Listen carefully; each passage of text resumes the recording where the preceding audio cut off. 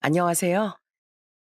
저는 사람의 급을 나누고 차별하며 막말도 서슴지 않았던 사람과 인연을 끊어버린 남자입니다. 제가 급이 낮다며 그렇게 무시했던 사람은 바로 저희 장인인데요.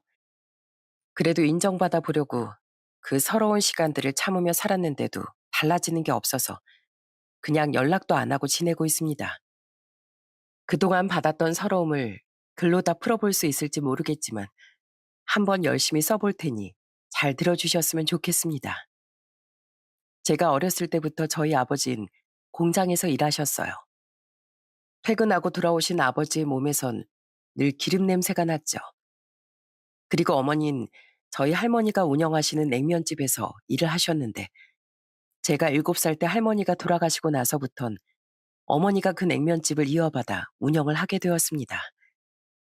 전 가끔씩 여동생을 데리고 엄마네 냉면집에 냉면을 먹으러 가곤 했었는데 동생한테 사소한 거 하나까지 다 챙겨주곤 했어요. 희수야, 냉면 먹다가 목에 걸리면 안 되니까 오빠가 가위로 면 잘라줄게. 그러니까 맛있다고 후루룩 먹지 말고 조심해서 먹어야 한다. 사실 제가 여동생을 그렇게 많이 챙겼던 이유는 제가 동생을 너무 예뻐했던 것도 있었지만 제 동생한테 지적 장애가 있었던 것 때문도 있었어요. 제 여동생은 저와 다른 학교를 다녔는데 제가 맨날 동생을 데리러 가고 밖에서 놀 때도 항상 같이 놀았습니다. 그런데 때로는 동네 애들이 제 여동생을 놀릴 때도 있더라고요. 어? 우리 동네에서 제일 바보인 김희수 아니야? 야, 이 바보야. 너 구구단은 외울 줄 아냐? 야, 네가 뭔데 내 동생을 보고 바보라고 그래? 너 한 번만 더 내 동생 놀리면 가만 안 둘 줄 알아. 그렇게 저는 여동생의 보디가드 역할을 자처하며 늘 여동생을 지켜줬습니다. 제 여동생이 바보 소리 듣는 게 너무 싫었거든요. 그런데 사실 저도 그렇게 똑똑한 편은 아니었어요. 그때 당시 반에 40명이 넘었었는데 거기서 30등 안에 들어가 본 적이 한 번도 없었습니다. 그래도 손재주 하나만큼은 또래에 비해 좋았던 것 같아요. 그래서 전 머리 쓰는 일보단 몸 쓰는 일이 더 나을 것 같다는 생각에 전문대를 졸업한 후 공장에서 일을 하기 시작했습니다. 그런데 막상 공장에서 일을 해보니까 너무 힘들더라고요. 퇴근해서 집에 오면 늘 녹초 상태였고 눈을 한번 감았다 떴을 뿐인데 아침이 되어 있었어요. 하지만 저희 아버지도 저를 키우기 위해 이렇게 공장에서 힘들게 일하셨다는 걸 생각하면서 더 열심히 일하려고 노력했습니다. 그렇게 열심히 살다 보니 어느덧 제 나이가 34살이 되었어요. 그때 친구 한 명이 결혼식을 해서 결혼식장에 갔는데 결혼식이 끝난 후 신랑 신부 친구들이 다 같이 모여서 피로연을 하더라고요. 그래서 저도 거기서 술도 마시고 정말 재미있게 놀았습니다. 그런데 피로연이 끝난 지 며칠 뒤에 결혼한 친구한테서 연락이 온 거예요. 학수야, 너 혹시 그때 피로연 때 네 맞은편에 앉아있던 우리 와이프 친구 기억나? 우리 와이프가 그러는데 그 친구가 너한테 호감이 있어서 널 좀 소개시켜 달라고 했대. 그래서 말인데 그 친구랑 한번 만나보는 거 어때? 저는 그 얘기를 듣고 처음엔 왜 저를 마음에 들어 하는 건지 의아했어요. 그런데 곰곰 생각해 보니까 그날 저랑 되게 말이 잘 통했던 게 기억이 나더군요. 그렇게 저는 친구의 소개로 그 여자를 다시 만나게 되었고 그걸 계기로 그 여자와 연인 사이가 되었습니다. 여자친구는 저보다 2살 어린 일반 직장인이었는데 마음이 되게 섬세하고 감성적인 사람이었어요. 웃기도 잘 웃고 울기도 잘 울었죠.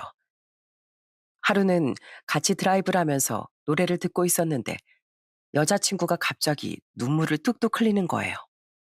수정아, 갑자기 왜 그래? 어디 아파? 아니, 그게 아니라 지금 나오는 노래 가사가 너무 슬프잖아.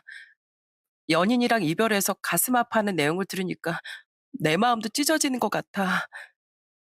한 번은 제가 그냥 지나가다가 예뻐 보이는 머리핀 하나를 여자친구한테 사준 적이 있었는데 비싼 선물이 아닌데도 바로 머리에 꽂고선 너무 좋아하더라고요. 오빠, 나 어때? 예뻐? 나 앞으로 맨날 이거 머리에 꽂고 다닐까 봐. 완전 내 머리에 나비가 앉아 있는 것 같잖아. 그런데 여자친구는 저하고만 잘 지내는 게 아니라 저희 가족하고도 정말 잘 지냈어요. 저희 부모님한테 한 번 인사를 드린 후엔 자주 저희 어머니 냉면 가게에 가서 냉면을 먹곤 했습니다. 어머님, 어쩜 이렇게 냉면을 맛있게 만드세요? 저 어머님이 만드신 냉면 한번 먹어보고 나선 다른 냉면집 절대 못 가잖아요. 아유, 그래? 잘 먹으니까 너무 예쁘네. 내가 만두도 한 접시 갖다 줄 테니까 많이 먹어라. 게다가 여자친구는 지적장애가 있는 제 여동생과도 언니 동생처럼 정말 잘 지내더라고요. 그러다가 한 번은 여자친구가 제 여동생한테 이러는 거예요.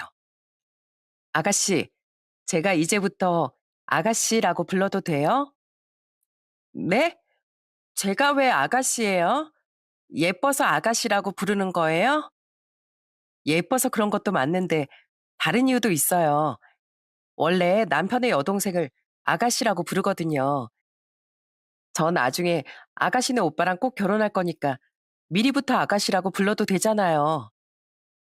그런데 여자친구와 2년 동안 연애라고 막상 결혼을 하려고 보니 생각지도 못했던 난관이 제 앞을 가로막고 있었어요. 여태까지 몰랐는데 알고 보니까 여자친구네 집안이 되게 대단한 집안이더라고요. 예비 장인은 대기업 임원 출신이고 집안에 돈도 많다고 하더군요. 게다가 예비 처형도 빵빵한 회사를 다니는 데다 예비 처형이랑 결혼한 예비 형님은 직업이 변호사라고 하더라고요. 그런데 그런 집안에 제가 인사를 드리러 간다고 했더니 예비 장인이 제 여자친구한테 이러셨다는 거예요. 뭐? 결혼할 남자가 쥐뿔도 없는 집안에다가 공장 다니는 사람이라고? 내 눈에 흙이 들어와도 그런 놈은 안 되니까 우리 집에 데려올 생각도 하지 마라. 알았어? 아빠, 왜 만나보지도 않고 그런 식으로 얘기하세요? 비록 부잣집 아들도 아니고 형부처럼 전문직 직업을 가진 것도 아니지만 그래도 사람 됨됨이 하나만큼은 누구보다도 좋은 사람이란 말이에요. 그러니까 그냥 딱 한 번이라도 만나보면 안 돼요? 안 된다고 얘기했지? 집안 망신시키는 것도 아니고 그딴 놈을 어떻게 우리 집에 들여? 어차피 만나봤자 별 볼 일 없을 거 뻔한데 괜히 시간 낭비하지 말고 그놈이랑 당장 헤어져. 너 그놈이랑 안 헤어지면 아주 집에서 내쫓아 버릴 줄 알아. 그 후에도 여자친구가 계속 예비 장인을 설득했지만 끝까지 안 된다고 거절을 하셨다네요. 아예 제 이름도 궁금해하지 않으시고 얼굴조차 보려고 하지 않으셨어요. 그런데 그쯤 되니까 저도 현실을 깨닫게 되더라고요. 물론 여자친구를 사랑하는 마음은 정말 컸지만 제가 생각해도 집안 차이가 너무 심하게 났거든요. 그래서 전 여자친구를 위해 제가 마음을 접어야겠다고 생각하고 이렇게 말했습니다. 수정아, 내가 생각해보니까 너희 아버지 말이 아예 틀린 것도 아니야. 솔직히 좋은 집안에서 귀하게 키운 딸인데 당연히 직업도 좋고 집안에 돈도 많은 남자인데 시집 보내고 싶으시겠지. 괜히 나처럼 아무것도 없는 남자랑 결혼해서 딸이 고생하는 거 보고 싶지 않으실 거야. 그래서 말인데 우리 그냥 헤어지자. 우리의 인연은 아무래도 여기까지인 것 같아. 넌 나 말고도 다른 좋은 남자 충분히 만날 수 있을 거야. 그게 무슨 소리야? 나한텐 오빠밖에 없는데 무슨 다른 남자를 만나. 오빠, 우리 그냥 아빠가 반대하든 말든 우리끼리 그냥 살자. 어차피 우리가 어린애도 아니고 다 큰 성인인데 부모님이 반대해도 결혼을 할 수 있는 거잖아.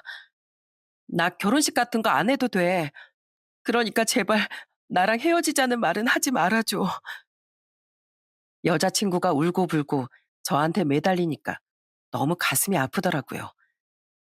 사실 저도 이것밖에 방법이 없다고 생각해서 헤어지자고 말하긴 했지만 여자친구와 진짜로 헤어지면 살 수 없을 것 같았어요. 그래서 오랜 고민 끝에 결국 여자친구와 결혼식도 하지 않고 방을 하나 얻어 같이 살게 되었습니다. 혼인신고는 하지 않았지만 거의 부부나 마찬가지라서 서로 여보라고 불렀습니다. 그런데 제 아내는 장인하고 그렇게 싸우고 저와 살게 되었는데도 항상 웃으면서 저희 가족들과 잘 지내더군요. 쉬는 날엔 저희 어머니 식당에 가서 일을 도와주기도 했어요. 어머님, 저 오늘도 어머님이랑 같이 일하고 싶어서 왔어요. 오늘 저 일당 얼마 주실 거예요? 글쎄, 얼마를 줘야 하나. 그냥 금고에 있는 현금 다 줘야겠다. 이렇게 도와준다고 와준 것도 고마운데 내가 그 정도는 줘야지. 에이, 저 일당 주시다가 금고 텅텅 비면 안 되죠. 그리고 전 일당으로 다른 건 필요 없고요. 그냥 어머님 사랑만 있으면 돼요. 그러니까 저 열심히 일하는 만큼 저한테 사랑 듬뿍듬뿍 많이 주실 거죠? 아유, 넌 어쩜 그렇게 말도 예쁘게 하니. 내가 확실히 며느리를 잘 얻긴 잘 얻었나 보다. 쉬는 날엔 아내가 먼저 나서서 가족들과 같이 나들이도 가고 여기저기 많이 놀러 다녔어요. 한 번은 저희 가족들과 다 같이 스티커 사진을 찍으러 간 적도 있었습니다. 아버님, 얼굴이 왜 이렇게 굳으셨어요? 얼른 저처럼 V 해보세요. V. 아이고, 이거 참 어색해 죽겠네. 내가 카메라나 휴대폰으론 사진을 찍어봤어도 이런 데서 찍는 사진은 처음이란 말이지. 이제부터 저랑 많이 찍으러 다니실 거니까 익숙해지셔야 돼요. 자, 그럼 이제 찍습니다. 아가씨도 얼른 활짝 웃어요. 얼른요. 아내가 그렇게 저희 가족들과 잘 지내긴 했지만 전 항상 마음속으로 아내한테 너무 미안했어요. 부모님한테 인정도 못 받고 결혼식도 못 올린 게 다 제 탓인 것 같았거든요.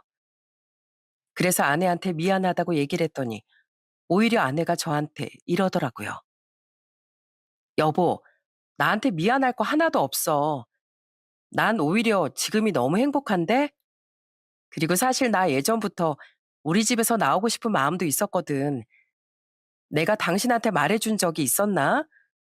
나 어릴 때부터 우리 언니랑 차별 많이 받았던 거 말이야. 사실 예전에 차별받았다는 얘기를 언뜻 듣긴 했지만 자세한 내용은 모르는 상태였어요. 그래서 제가 어떻게 차별받았냐고 물어보니까 아내가 이러더군요. 우리 언니가 학교 다닐 때 맨날 반에서 1등만 했었는데 난 반에서 중간 정도밖에 못했었거든.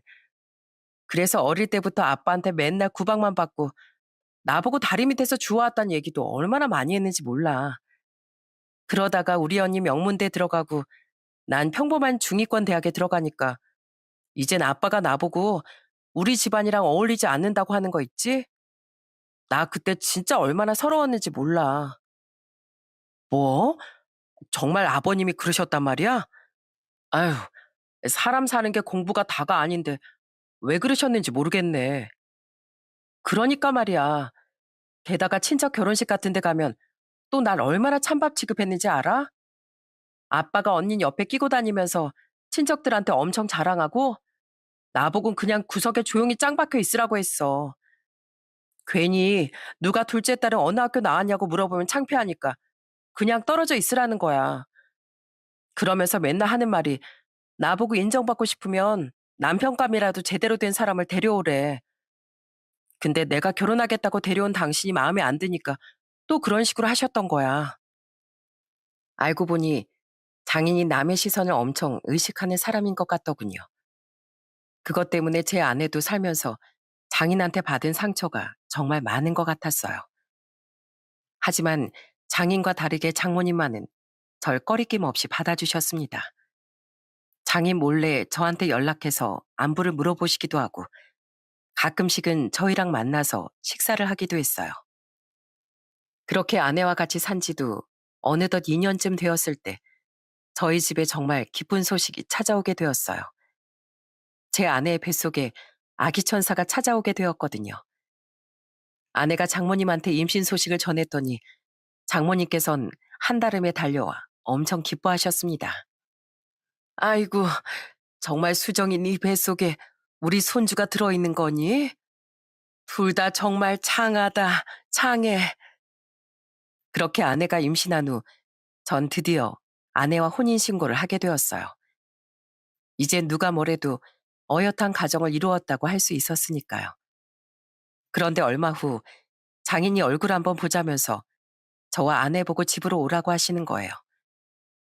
장인과 서로 얼굴을 본 것도 그날이 처음이었는데 절 앉혀두시고선 이렇게 말씀하시더라고요. 내가 아직 자네를 사위로 인정한 건 아니네. 그런데 우리 딸이 임신했다고도 하고 자네 장모가 하도 날 설득하길래 그냥 인심 써서 마음을 조금 바꾼 것뿐이야. 그러니까 내 사위로 인정받았다고 착각하지 말게. 저는 그 말에 알겠다는 대답밖에 할 수가 없더군요. 절 무시하시는 건 기분이 나빴지만 그래도 어렵게 조금이나마 사이가 좁혀졌으니 이 정도는 감내해야 된다고 생각했어요. 그런데 정말 고맙게도 그날 처음 본 저희 형님이 절 반갑게 맞이해 주시더군요. 자네가 내 동서야? 나도 얘기만 들었지. 오늘 처음 보는 건데 정말 반가워. 이거 내 명함인데 혹시 필요한 일 있으면 언제든지 연락해. 난 동서랑 친하게 지내고 싶거든. 그런데 역시나 장인은 아직까지도 절 탐탁지 않게 생각하고 계셨나 봐요. 그 이후 다시 처가에 갔을 때 제가 들어가자마자 장인이 손으로 코를 틀어막으면서 이러는 거예요. 아유, 이 기름 쩐낸 도대체 뭐야? 자네, 아무리 공장에서 일해도 그렇지 너무 심한 거 아닌가? 수정이 너, 다음부턴 김서방이랑 우리 집에 올 때 냄새 관리 확실하게 하고 와. 옷에 섬유 탈취제를 뿌리든 아니면 향수로 범벅을 하고 오든 알아서 하라고. 그런데 장인은 기름 냄새가 난다며 절 피하는 걸로도 모자라 대놓고 연봉을 꼬치꼬치 캐물으면서 저를 무시하더라고요. 자네 연봉이 도대체 얼만가? 사지 멀쩡하면 아무나 일할 수 있는 게 공장인데 보나마나 많이 벌어봤자 월에 300이나 벌겠지. 그런데 자네 그거 가지고 애는 어떻게 키울 거야? 난 우리 애들 키울 때 좋은 거 먹이고 좋은 옷만 입히면서 키웠네.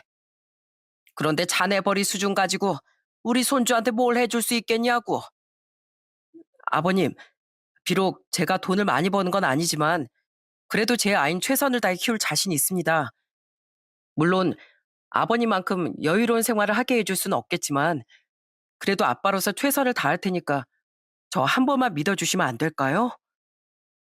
전 그래도 그때까진 장인한테 인정받고 싶어서 최대한 잘해드리려고 했습니다.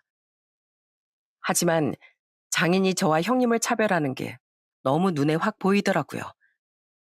처가에서 같이 술을 마실 때도 형님이 술을 따라주시면 장인이 엄청 깔깔 웃으며 좋아하시는 거예요. 역시 우리 큰사이가 따라주는 술이 최고지. 내가 자네가 따라주는 이 술만 마시면 아주 술이 술술 넘어간다니까. 아버님, 방금 전엔 형님이 술 따라주셨으니까 이번엔 제가 따라드릴게요. 제가 따라드리는 술도 받아주십시오. 제가 그렇게 말하면서 장인한테 술을 따라드리려고 했는데 방금까지 껄껄 웃던 장인이 인상을 확 찌푸리면서 이러시는 거예요. 자넨 분위기 파악도 못하나? 어느 안전에서 나한테 술을 따라준다고 그래? 자네 같으면 자네가 따라주는 술 받고 싶겠나? 그러자 이번엔 저희 장모님이 장인을 말리면서 이러시더군요. 아유, 제발 그만 좀 해요. 우리 둘째 사이도 똑같은 사이인데 장인이라는 사람이 그렇게 대놓고 차별하면 안 되지. 그래도 장모님께서 제 편을 들어주시니까 그나마 위안이 되더라고요. 저는 그 이후에도 장인한테 인정받고 싶어서 정말 많이 노력했어요. 장인 생신 땐 용돈도 제 선에서 드릴 수 있을 만큼 드렸습니다. 그런데 장인은 그 용돈 봉투를 받고선 또 이러시는 거예요. 참나, 겨우 이런 것도 돈이라고 넣었어? 난 이거 필요 없으니까 최서방 자네가 가지게. 이걸로 우리 손주들한테 용돈이나 주라고. 장인이 그렇게 말하면서 제가 드린 용돈을 형님한테 주시더라고요. 그러자 형님은 엄청 난감해하면서 이러셨어요. 아버님, 동서가 드린 용돈을 저한테 주시면 어떡해요? 동서가 기껏 아버님 생각해서 용돈 준비한 건데 아버님이 이러시면 동서 마음이 너무 속상하잖아요. 그래요, 아빠. 형부가 준 용돈만 용돈이고 이 사람이 준 용돈은 용돈도 아니에요? 나 진짜 아빠가 이 사람 무시할 때마다 속상해 죽겠단 말이에요. 아내까지 제 편을 들고 나섰는데 이번엔 가만히 있던 처형이 아내한테 시비를 걸기 시작하더군요. 야, 너 아빠한테 뭐라고 할 게 아니라 네가 제대로 된 남편을 만났어야지. 네가 학교 다닐 때 나처럼 공부 열심히 했으면 겨우 공장 다니는 남편이나 얻었겠니? 이래서 사람이 공부를 잘해야 되는 거야. 그래야 나처럼 전문직으로 일하는 멋있는 남편 얻을 거 아니야. 뭐라고? 내 남편이 뭐가 어때서 그래? 전문직은 아니어도 세상에서 제일 착하고 좋은 사람이야. 언니가 뭔데 내 남편을 무시하냐고. 무시할 만 하니까 무시하지. 그나저나 제부, 학교 다닐 때 공부 안 했나 봐요. 여동생도 장애가 있다고 들었는데 거기다가 집안까지 가난하면 더 열심히 공부했어야 되는 거 아니에요? 내가 보기엔 장남으로서 책임감이 부족한 것 같은데요. 처형, 말씀이 좀 지나치신 것 같네요. 저 비록 공부는 별로 못했지만 공장 다니면서 정말 열심히 살았어요. 처형은 좋은 대학 나와서 좋은 직장 다니시니까 자부심이 많으신 건 알겠는데 그렇다고 절 너무 무시하고 깔보진 않으셨으면 좋겠네요. 제가 그렇게 얘기했지만 처형은 능력도 없으면서 자존심만 세다며 저를 또 무시하더군요. 정말 하루하루가 얼마나 힘들었는지 모릅니다. 그러다가 저희 아내가 첫째 아들을 낳고 연년생으로 둘째 아들도 낳게 되었어요. 그래도 자식을 둘이나 낳고 잘 살고 있으니 이젠 저를 인정해 주실 줄 알았는데 여전히 장인은 저를 무시하시더군요. 하루는 처가에 갔는데 저보고 이러시는 거예요.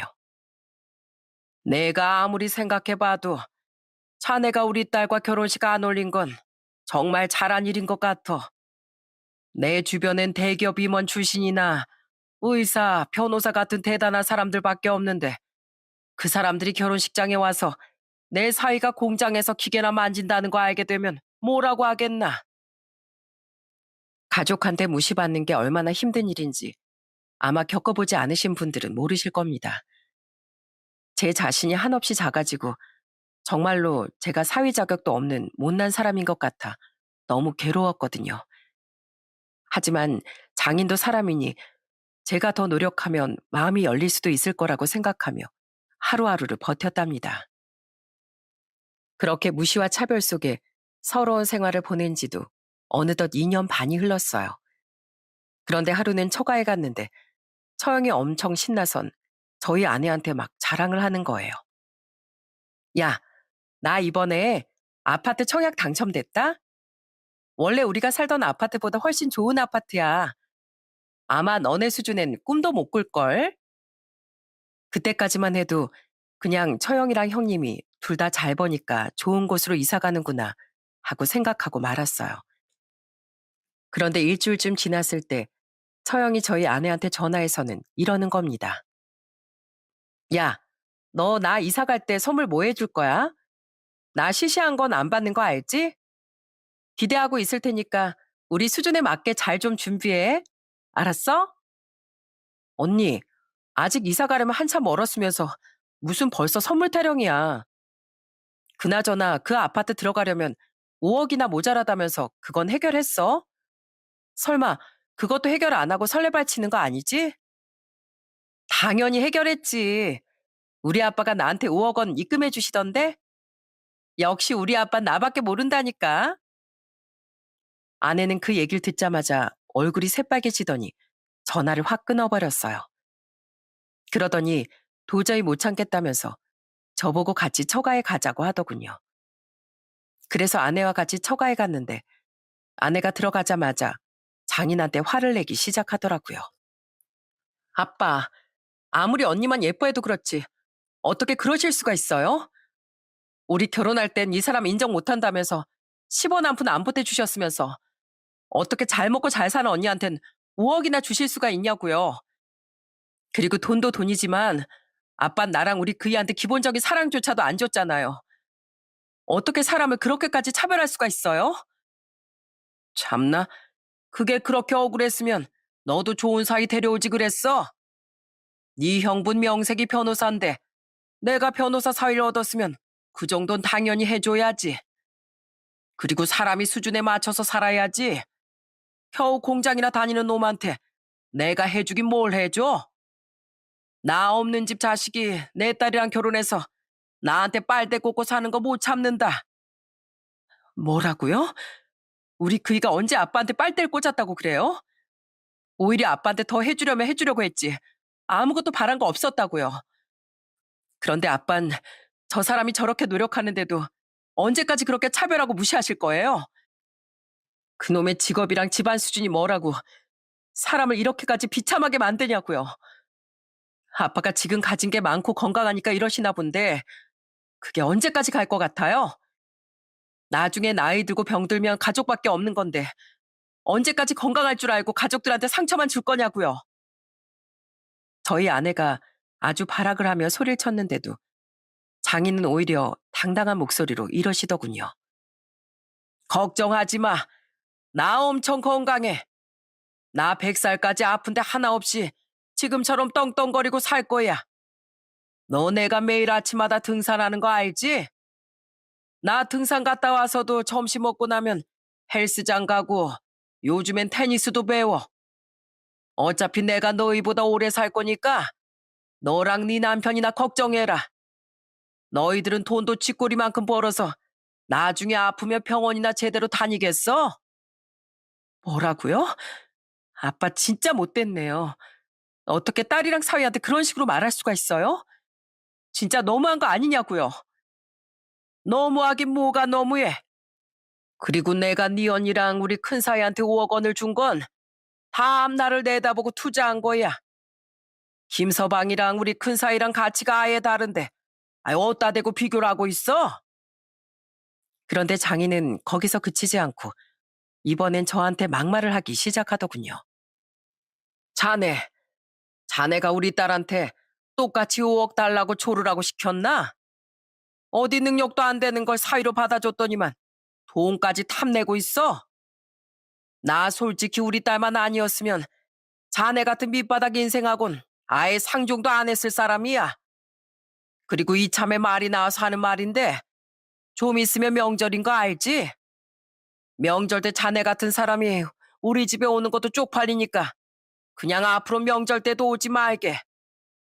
내가 자네 때문에 아주 쪽팔려서 얼굴에 들고 다닐 수가 없어.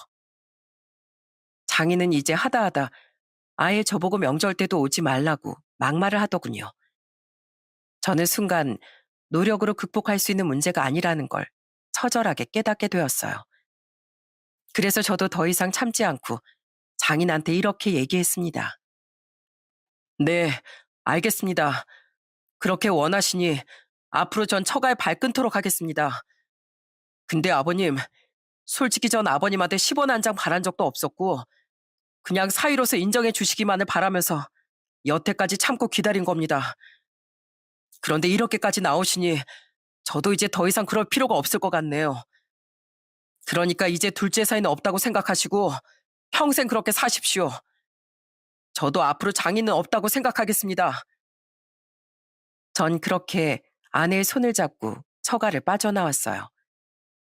그런데 뒤에서 장인이 제 뒤통수에 대고 소리를 지르시더군요. 그래, 가서 영영 오지 마라. 가진 것도 없는 게 자존심만 세가지고선 앞으로 내 눈앞에 띄면 아주 가만 안 둘 줄 알아. 그렇게 아내와 함께 집에 돌아왔는데 아내가 펑펑 울면서 저한테 이러더라고요. 여보, 미안해. 괜히 나 때문에 우리 아빠한테 막말이나 듣게 하고 맨날 형부랑 비교당하면서 차별이나 받게 해서 정말 미안해. 아니야. 당신이 뭐가 미안해.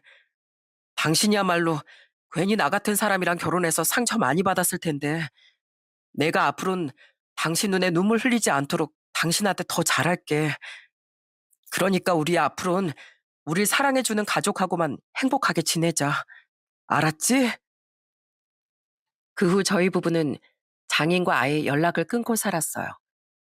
그리고 애들을 키우느라 직장을 그만뒀던 아내는 저희 어머니의 냉면집에서 일을 같이 하기 시작했습니다.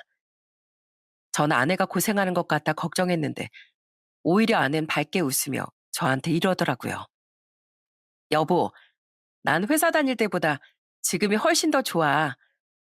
회사 다닐 땐 분위기도 되게 삭막하고 스트레스도 많이 받았는데 지금은 어머니랑 같이 일하니까 너무 좋은 거 있지? 밥 시간엔 어머님과 직원들과 다 같이 정겹게 밥도 먹고 또 한 번 왔던 손님들이 또 와주시면 그게 그렇게 기분이 좋더라고. 나 아무래도 회사보단 장사 체질인가 봐. 다행히 아낸 현재의 생활에 만족하며 살고 있는 것 같더라고요. 저희 부부는 장인과는 연락을 끊었지만 장모님이랑 형님하고는 계속 연락을 하며 지냈습니다. 장모님은 가끔씩 저희 어머니의 냉면집에 오셔서 냉면을 드시고 가기도 했어요. 아유, 우리 딸이 여기서 이렇게 열심히 일하고 있는 거 보니까 엄마가 다 뿌듯하네. 수정이 너 사부인한테 일 잘 배워도 냉면이랑 반찬 만드는 건 기본이고 식당 관리하고 손님 응대하는 것까지 다 배워두면 그게 다 너한테 피가 되고 살이 되는 거야. 알았지? 저도 형님과 가끔 밖에서 만나 술을 한잔하곤 했습니다. 형님은 저와 술을 마실 때마다 늘 저한테 미안하다고 하시더군요. 동서, 아버님이 내 앞에서 대놓고 동서랑 날 차별하시는데 내가 막아주지 못해서 미안해. 내가 그러지 마시라고 몇 번이나 말씀드렸는데도 도저히 내 말을 듣질 않으시더라고. 그런데 난 아버님과는 달리 동서가 힘들게 공장에서 일하면서 두 아이를 키우는 거 진짜 대단하다고 생각해. 나 같았으면 그렇게 힘든 일을 며칠 하지도 못하고 나가 떨어질 것 같거든. 아휴, 저보단 형님이 대단하시죠. 그리고 형님이 그동안 충분히 제 편 많이 들어주셨잖아요. 그러니까 저한테 미안해하지 않으셔도 돼요. 저 그래도 형님 덕분에 이만큼 버틸 수 있었던 거예요. 그렇게 장인과 연을 끊고 지낸 지 3개월쯤 지났을 때였습니다. 마침 장모님 생신이라 제가 직접 음식을 해서 장모님을 저희 집에 초대했어요. 제가 그래도 음식 솜씨가 좀 있는 편이라 잡채에 제육볶음에 이것저것 많이 만들어 대접했습니다. 어머님, 이거 어머님 생신 선물로 저랑 이 사람이랑 준비한 거예요. 비싼 건 아니지만 그래도 어머님한테 어울릴 만한 옷 두 벌 골라봤어요. 아유, 고맙네. 정말 고마워. 내가 자네 생각하면서 잘 입고 다니겠네. 그렇게 웃으며 식사도 마치고 장모님과 커피 한 잔을 하고 있었는데 장모님이 갑자기 하실 말씀이 있다며 저한테 이러시더군요. 자네, 그동안 자네 장인 때문에 많이 서운했지? 자네 장인이 우리 큰사이한테만 5억이나 해주고 자네한테는 아무것도 못 해줘서 많이 섭섭했을 거야. 사실 난 자네한테도 똑같이 해주고 싶었는데 나도 자네 장인한테 잡혀 사는 입장이다 보니 어쩔 수가 없었어. 자네 모르겠지만 나도 가난한 집안 출신으로 자네 장인이랑 결혼하는 바람에 시집살이를 아주 지독하게 당했었거든. 장모님은 저한테 예전에 얼마나 고되게 시집살이를 당하셨는지 말씀해주기 시작하셨어요. 그 얘기를 들으면 들을수록 장모님이 참 힘든 삶을 살아오셨구나 하는 생각이 들더라고요. 자네도 알겠지만 옛날엔 지금보다 더 우리나라 사회가 가부장적이지 않았는가. 난 집에서 밥 먹을 때도 가족들과 같은 상에서 밥을 먹을 수도 없었고 남편이랑 시아버지가 먹다 남긴 반찬으로만 밥을 먹어야 했어. 다들 자는 새벽에 시어머니가 나만 깨워서 밥 지으라고 들들 볶고 하루 온종일 집안일 하느라 힘들어서 잠깐만 쉬어도 아주 쌍욕이 날아오더라고. 김장 때 무슨 온 동네 사람들 다 먹을 김장을 하는 건지 몇 날 며칠을 내가 얼마나 고생했는지 몰라. 그래서 김장 한번 하고 나면 며칠간은 알아 누웠는데 그때도 우리 시어머니가 나보고 뭐라는 줄 아나? 가난한 집 딸내미가 우리 집으로 시집 왔으면 그 정도는 당연히 해야 되는 거 아니냐면서 나보고 엄살 부리지 말라고 엉덩이를 걷어차더라고. 장모님은 옛날 생각이 나셨는지 눈물을 글썽이면서 말을 이어가시더군요. 그런 부모 밑에서 자랐으니 자네 장인이 얼마나 가부장적이고 독단적이었겠나. 내가 그나마 자식들 때문에 버티면서 여태까지 참고 살았던 거야. 근데 자네가 그렇게 자네 장인한테 무시당하는 모습을 보니까 내 옛날 모습이 보이는 것 같아서 마음이 얼마나 아팠는지 몰라. 비록 난 내 편 들어주는 사람이 없어서 힘들었지만 자네한테만큼은 내가 힘이 되는 사람이 되어주고 싶었네. 그래서 말인데 내가 자네한테 돈을 좀 보내주고 싶네. 마음 같아선 우리 큰사위한테 준 것처럼 5억 원을 주고 싶지만 내가 가지고 있는 걸 긁어 모아도 1억 원밖에 안 돼서 그거라도 주고 싶어. 그러니 부담 갖지 말고 꼭 받아주게. 네? 저한테 1억을 주신다뇨? 어머님, 저 그 돈 필요 없습니다. 저랑 저희 와이프 둘 다 일하면서 월급 받고 있으니까 아끼면서 알뜰하게 살면 충분히 애 둘 키우면서 살 수 있어요. 그러니까 그 돈은 그냥 어머님 쓰세요. 아니야. 아니, 물론 자네랑 우리 딸이 둘이서 알아서 잘 살 수 있겠지만 그래도 통장에 돈이 좀 있으면 마음도 든든하고 우리 손주들도 더 좋은 환경에서 살아갈 수 있을 거 아닌가. 오히려 이것밖에 못 해주는 게 미안해 죽겠으니까 나도 미안하게 만들지 말고 그냥 받아주게.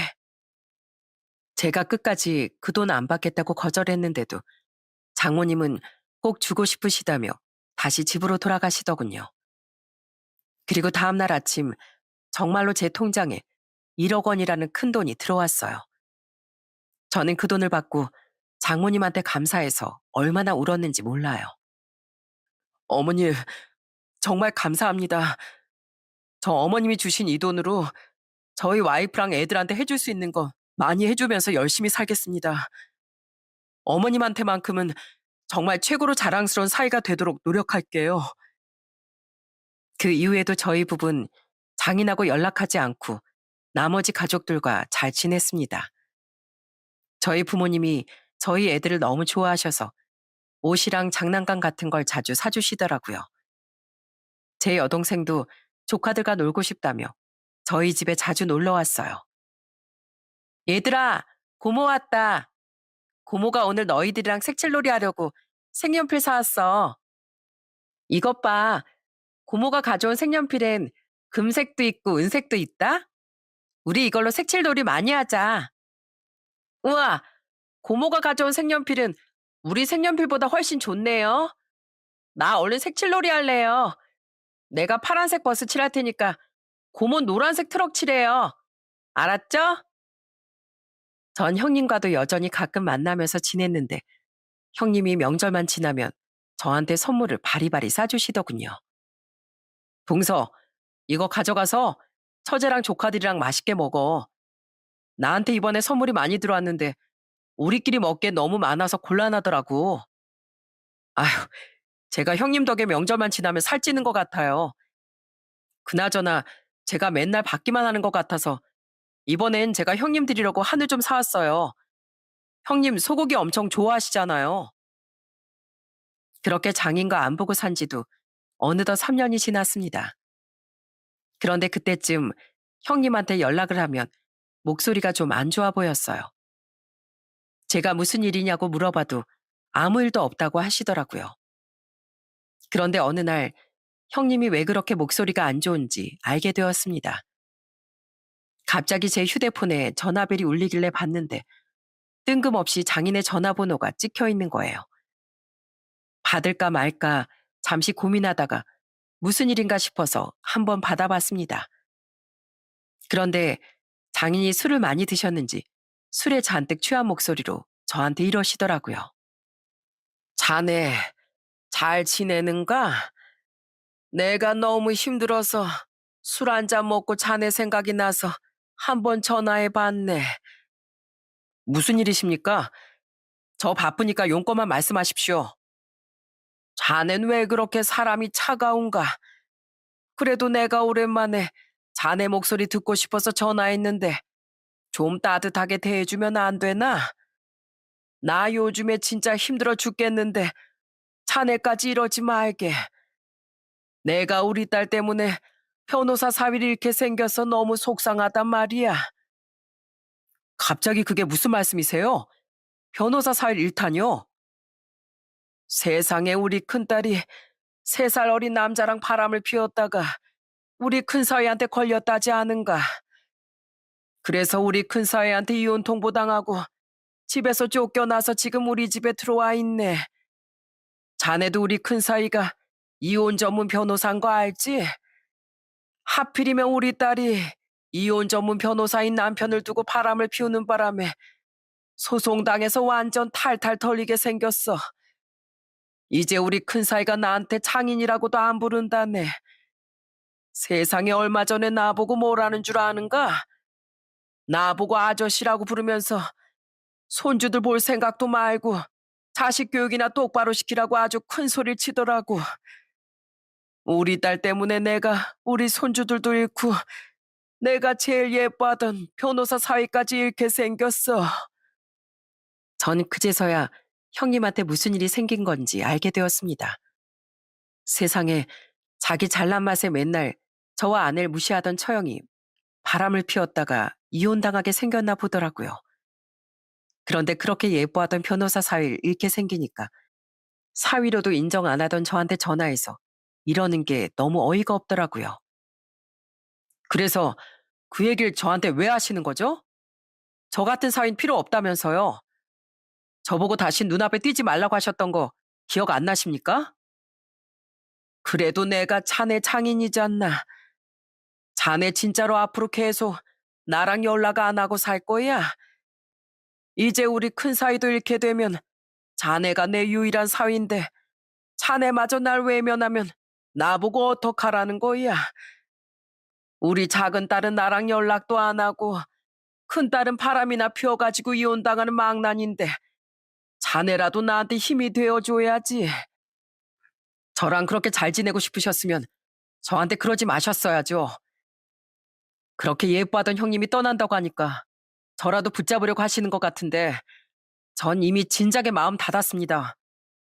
제가 그렇게 노력했는데도 끝까지 저보고 눈앞에 띄지 말라고 하셨으면서 이제 와서 말 바꾸는 건 어른으로서 너무 창피하지 않으신가요? 그러니까 어른이면 어른답게 앞으로 뱉은 말은 지키십시오. 저도 여태까지 그랬던 것처럼 앞으로 처갓집 부모님은 장모님 한 분만 계시다고 생각하면서 살 겁니다. 자네, 제발 이러지 말게. 자네 장모도 요즘에 날 사람 취급 안 해주는데 자네까지 이러면 난 완전히 외톨이란 말일세. 네, 그러니까 앞으로도 쭉 그렇게 외톨이처럼 사십시오. 앞으로 저 명절 때도 장모님만 뵐 거고 장모님 생시만 챙겨드릴 겁니다. 그리고 아버님이 지난번에 돈 벌어 놓은 거 많아서 상관없다고 하셨죠? 그런데 그거 아십니까? 이 세상은 돈이 다가 아닙니다. 아무리 돈이 많아도 사람이 외로우면 삶이 고통스러울 수밖에 없는 거예요. 그러니까 평생 그렇게 사시고 다신 저 찾지 마십시오. 그럼 전화 끊겠습니다. 잠깐만. 나 아직 할 얘기 더 남았으니까 끊지 말게. 제발 내 얘기 좀 더 들어줘. 장인이 계속 저한테 애원했지만 전 그냥 전화를 끊어버렸어요. 그리고 바로 형님한테 전화를 해봤습니다. 형님, 방금 아버님한테 전화 와서 얘기 들었는데 처형이랑 이혼하신다면서요? 도대체 어떻게 된 거예요? 아휴, 그냥 그렇게 됐어. 그나저나 아버님이 동서 보고 사회 취급도 안 해주고 쫓아내시더니 이젠 내가 떨어져 나갈 것 같으니까 자네가 생각났나 보네? 그러게 있을 때 잘하셨어야지. 이제 와서 전화하면 뭐 할 거야? 그러게 말이에요. 그런데 형님, 진짜 처형이랑 이혼하실 거예요? 그럼 이혼해야지. 난 내 의뢰인들이 그런 일을 겪는 건 많이 봤지만 내 와이프가 그런 짓을 할 줄은 상상도 못했어. 그런데 애도 둘이나 있는 마당에 내 뒤에서 뒤통수 치는 그런 여자랑 내가 어떻게 살겠어? 그 후 형님은 결국 처형과 이혼을 하게 되었습니다. 그리고 처형은 애들 양육권까지 뺏기고 그때부터 아예 처가에 들어가 살게 되었다고 하더군요. 그런데 그 이후 제가 연락을 안 받아주니까 장인이 자꾸 저희 아내한테 문자를 보내시는 거예요. 수정아, 우리 손주들은 잘 크니? 나 너도 보고 싶고 우리 손주들도 눈에 밟히는데 이 아빠가 어떻게 해야 얼굴을 보여줄 수 있겠니? 아내가 답장을 안 하니까 정말 시도 때도 없이 계속 문자를 보내시더군요. 수정아, 아빠 지금 아파서 병원에 입원했다. 내가 몸이 아프니까 네 생각이 너무 많이 나는데 병원에 좀 와주면 안 되겠니? 나 진짜 너무 쓸쓸해서 그래. 하지만 저희 아내도 어렸을 때부터 지금까지 장인한테 받았던 상처가 너무 컸기 때문에 눈 하나 깜빡하지 않더라고요. 장모님께서도 그냥 저희가 이렇게 잘 사는 것만 봐도 흐뭇하다면서 굳이 억지로 장인한테 마음을 풀진 말라고 하셨어요. 그런데 얼마 전에 장모님을 만났는데 한숨을 푹 쉬면서 저한테 이러시더라고요. 아휴, 김서방, 자네 장인 나이가 벌써 70도 넘은 거 알지? 나이가 많아지면 눈물도 많아진다더니 요즘에 툭 하면 눈물을 흘리더라고. 명절에도 아무도 안 오고 딸이라고 하나 있는 건 맨날 철없이만 구니까 맨날 외롭다면서 어찌나 하소연을 하는지 몰라. 우리 둘째 딸이랑 둘째 사이라도 봤으면 얼마나 좋았을까 하면서 후회를 하는데 내가 진짜 옆에서 지켜보면서 너무 속상하더라고. 그러게 이렇게 착한 우리 딸이랑 사위한테 왜 그런 못된 짓을 했냔 말이야. 다 늙어서 후회할 거면 도대체 왜 그랬냐고. 장모님이 그런 말씀을 하시는 걸 보면 아무래도 이젠 저희가 좀 용서해 줬으면 좋겠다는 마음도 있으신 것 같아요. 그래서 전 한참을 고민하다가 아내한테 이렇게 얘기했습니다. 여보, 요즘에 어머님이 아버님 때문에 걱정이 많으신 것 같아. 그래서 말인데 혹시라도 당신 마음이 좀 풀리면 나한테 얘기해. 난 당신이 원하면 아버님이 예전에 나한테 하셨던 거 있고 나도 마음을 한번 열어볼게. 그러자 아내가 아직은 때가 아니라면서 조금 더 시간을 갖고 생각해 보자고 하더라고요. 생각해 보면 저보다는 아내가 받았던 상처가 훨씬 더 클 것 같아요. 저는 고작 몇 년 동안 당한 거지만 아내는 평생을 그렇게 차별받고 무시당하면서 살았으니까요. 그래서 전 아내의 그 오래된 상처가 어느 정도 아물고 마음이 다시 열릴 수 있을 때까지 기다릴 생각입니다. 그게 1년 후가 될지 아니면 10년 후가 될지 모르겠지만은요. 여러분, 세상에는 저희 장인처럼 사람의 급을 나누고 자기보다 못해 보이는 사람을 무시하는 사람들이 꽤 있는 것 같아요. 하지만 저는 사람마다 사정이 다르고 살아온 환경이 다르기 때문에 그런 외적인 면만 보고 무시해선 안 된다고 생각합니다. 남들이 우러러보는 직업을 가졌든 아니면 하찮게 생각하는 직업을 가졌든 각자의 위치에서 최선을 다해 살아가는 건 똑같으니까요. 저는 이 세상이 사람의 겉모습보단 내면을 알아보는 사회가 되었으면 좋겠어요. 아무리 잘 나가는 직업을 가지고 돈이 많다고 해도 인성이 바닥이라면 아무 소용없는 거잖아요. 그리고 무엇보다도 가족한테만큼은 제발 상처 주는 말을 하지 않았으면 좋겠습니다.